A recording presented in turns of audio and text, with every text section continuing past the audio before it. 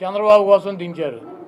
Junior ఎన్టీఆర్నేమో సిగ్గు లేకుండా బాలకృష్ణ మళ్ళీ అల్లుడి కోసం, ఈ లోకేష్ పప్పుగడి కోసం సర్వనాశనం చేసేటువంటి కార్యక్రమం పెట్టుకున్నారు. ఇటువంటి బాలకృష్ణలో ఇటువంటి చంద్రబాబు నాయుడు 1000 మంది వచ్చినా కూడా జూనియర్ ఎన్టీఆర్ ఊడిపోయినటువంటి ఇంటర్ కూడా పేర్లేరు. సార్, వచ్చే ఎన్నికల్లో కొడాలి నానికి డిపాజిట్లు కూడా రావు అని చెప్పేసి టీడీపీ నేతలు ఇవాళ సభ ద్వారా మేము ప్రూవ్ చేస్తామని చెప్పి టీడీపీ నేతలు.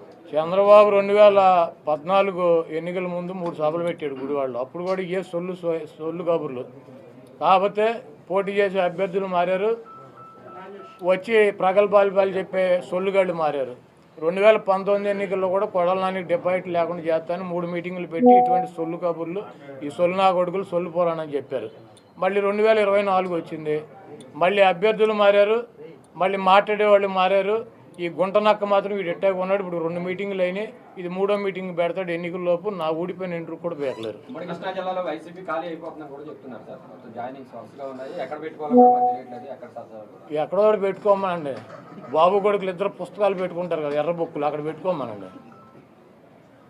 బాబు కొడుకులు ఎర్ర బుక్కునే చించి తోసుకోమని చెప్పి కదా, వీళ్ళని కూడా ఎక్కడో దోసుకోమని చెప్పండి.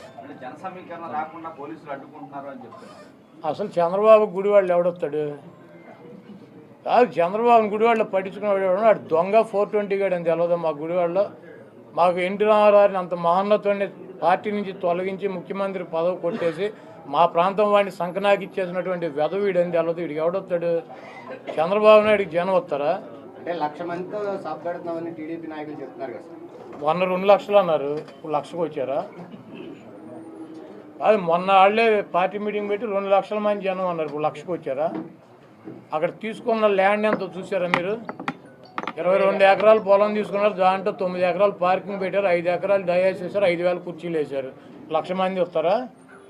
ఇప్పుడు వెళ్ళి లెక్కేటాడు కుర్చీలు 5,000. 5,000 ఒకటో కుర్చీ ఉంటే నేను గుడివాడ వదిలేసి వెళ్ళిపోతా. మీరు వెళ్ళా లెక్కేటండి మీడియా వాళ్ళు. 22 ఎకరాలు ల్యాండ్, 7 ఎకరాలు పార్కింగ్, 9 ఎకరాలు పార్కింగ్, 5 ఎకరాలు ఏమో డయాస్ అంట, ఆయన సెక్యూరిటీ అంట.